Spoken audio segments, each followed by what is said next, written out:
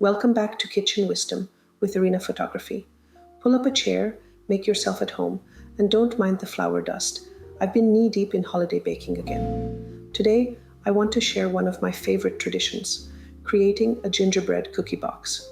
Every year, I put together boxes of homemade cookies for family, friends, my daughter's coaches, and sometimes even new friends we've made along the way. It started years ago when I couldn't afford to buy gifts for everyone, so I baked instead. And now it's become one of my most beloved holiday rituals. And don't worry, all the recipes I mention here will be linked in the podcast notes, so you can try them yourself. Before we dive into my recipes, let's take a moment to appreciate where gingerbread cookies came from, because these aren't just treats. They've been around for centuries. Gingerbread traces its roots back to medieval Europe, when spices like ginger, cinnamon, and cloves were fresh and considered almost medicinal. In fact, people believed ginger helped with digestion, so gingerbread was often served after big feasts, basically the medieval version of Tums, only way tastier. Bakers back then would press dough into carved wooden molds, making beautiful designs, hearts, flowers, even entire scenes, long before we had cookie cutters. By the 1500s in Germany, the gingerbread house tradition was born, inspired by the Hansel and Gretel fairy tale.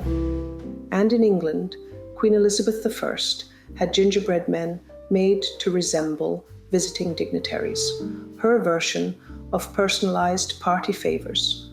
Over time, gingerbread became tied to Christmas, partly because of the warm spices that felt so comforting in winter, and partly because it was reserved for special occasions.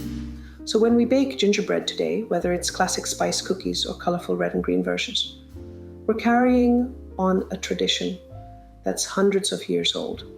I love thinking that what I make with my daughter in our kitchen connects us to bakers from centuries ago. Gingerbread cookies are the heart of my holiday cookie boxes. No Christmas feels complete without them. They're cozy, spiced, and timeless, and they're also endlessly versatile. Over the years, I've baked them in so many different ways that I now have a whole gingerbread collection on my blog, and each one has a story tied to it. Let me walk you through the flavors I include. Classic gingerbread cookies, the ones you remember from childhood, full of warm spices and molasses. When these are in the oven, the smell alone makes my whole house feel like Christmas. My daughter usually starts sneaking around the kitchen, asking when she can test. And honestly, I can't blame her. I sometimes sneak one too while they're cooling. Chocolate ginger sugar cookies, rich, chewy, with that chocolate twist that makes people grab just one more. I once brought these to a holiday party, and I'm not kidding. 2 grown adults argued over the last one. One even tried to hide it under a napkin, but was caught. These cookies are that good. Orange zest gingerbread cookies, bright and citrusy, they cut through all the heavy holiday flavors. The first year I made them, half of them broke because I got impatient and stacked them before the icing dried. Lesson learned. Now I set a timer and walk away. Otherwise, my impatience gets the best of me. Spiced gingerbread cookies, a little extra kick with more spice, perfect for those who like bold flavor. My husband insists these are the real gingerbread cookies because he loves the heat of ginger. He'll actually hover around the cooling rack, waiting for the first batch. I say they're delicious, but maybe not for kids who don't like surprises. Gingerbread spritz cookies, buttery, pressed, and so fun to decorate. These are the fancy ones in the box, even though they're secretly one of the easiest. I let my daughter go wild with sprinkles, and her versions are always the first to disappear. One year, she put so many sprinkles on top that the cookies look like disco balls, but her friends loved them.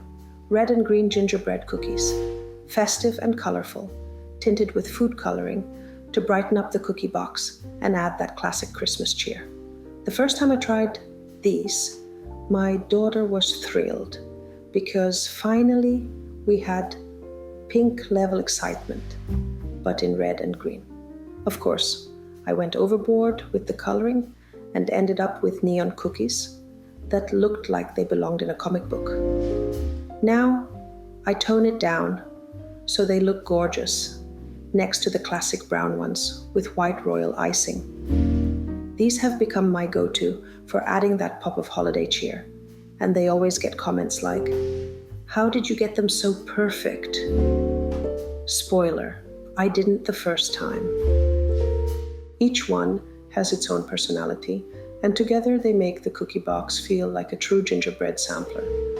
Honestly, when you line them up in the box, it feels less like cookies and more like curating a holiday art collection, with the bonus that you get to eat it. Now, let's talk about what really makes gingerbread, the spices. Without that signature blend, you just have a plain cookie. And who wants that? Traditionally, gingerbread calls for ground ginger, of course, cinnamon, cloves, and nutmeg. Some bakers also toss in a little allspice or cardamom for extra depth.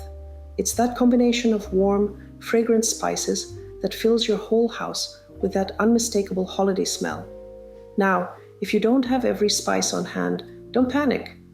Substitutions can work in a pinch. Out of cloves, a little extra nutmeg or allspice will carry some of that warmth. If you're low on cinnamon, you can bump up the ginger for more kick, or swap in pumpkin pie spice, since it's basically a pre-mixed blend of many of the same flavors. I've even experimented with a touch of black pepper for extra zing, and it's surprisingly good. It gives the cookies a little grown-up edge.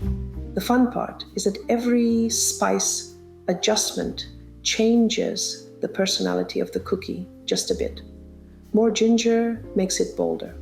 More cinnamon makes it cozier. And cardamom adds a slightly floral note that feels fancy without much effort. I like to think of it as customizing your gingerbread depending on your mood or what's in your spice cabinet. It's not just about baking cookies, it's about the presentation. I always keep it simple but thoughtful. I use plain white bakery boxes lined with parchment paper to prevent greasy spots.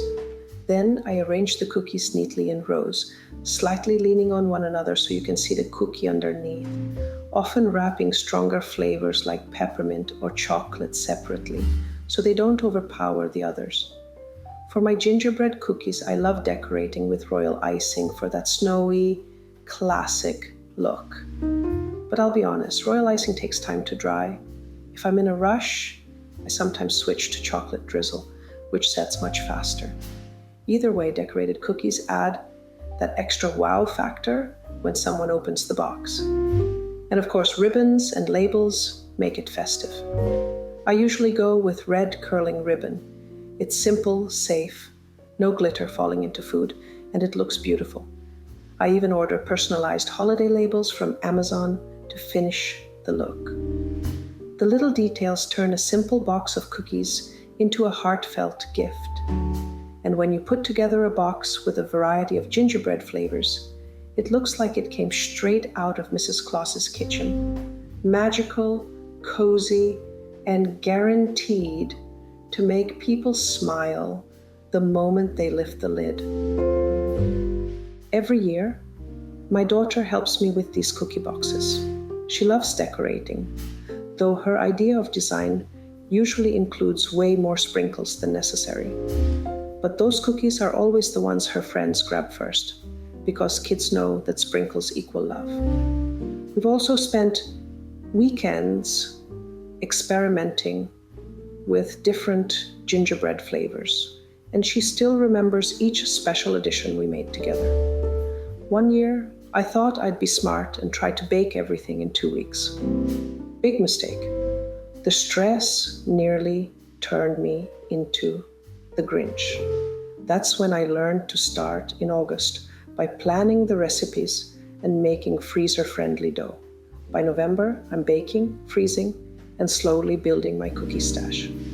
By December, I can focus just on decorating and boxing, stress-free and fun. And if you want to dive deeper into how I plan my Christmas baking without losing my mind, I actually have a whole podcast episode about that. I recommend you give it a listen too. One of my favorite parts of making these gingerbread cookie boxes is actually giving them away. The reactions are priceless. People open the lid, see all the different flavors lined up, and their eyes light up like kids on Christmas morning. Some friends tell me they wait all year just for these boxes.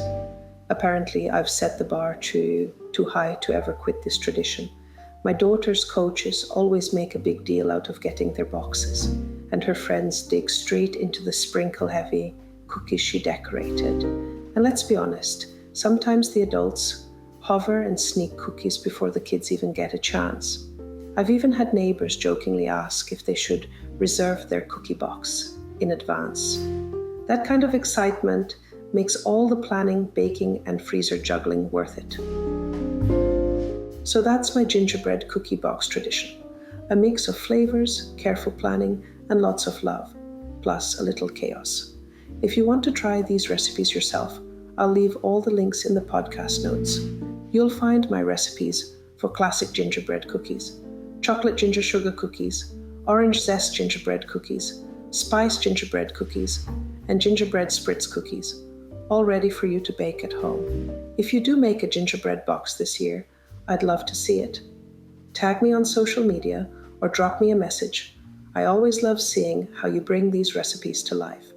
Until next time, happy baking, and may your holiday season be filled with the smell of gingerbread.